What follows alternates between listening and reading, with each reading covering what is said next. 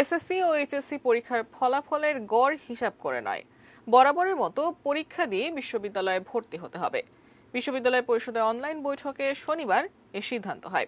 বৈঠকের পর জগন্নাথ বিশ্ববিদ্যালয়ের উপাচার্য ডক্টর মিজানুর রহমান এই কথা জানান।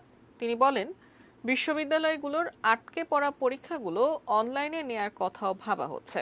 তবে বিশ্ববিদ্যালয় মঞ্জুরি কমিশনের অনুমোদন পাওয়ার পরই এ সিদ্ধান্ত চূড়ান্ত হবে বলেও জানান তিনি। করোনা ভাইরাস পরিস্থিতি বিবেচনায় চলতি বছরের এইচএসসি পরীক্ষা বাতিল করে সরকার। জেএসসি ও এসএসসির ফলাফলের গড়ের মাধ্যমে এইচএসসির ফল নির্ধারণের কথা বলা হচ্ছে। বিশ্ববিদ্যালয়গুলোতে ভর্তির ক্ষেত্রেও এই পদ্ধতি অনুসরণ করা হতে পারে বলে অনেকের ধারণা ছিল। মূল বক্তব্য হচ্ছে এটা দিয়ে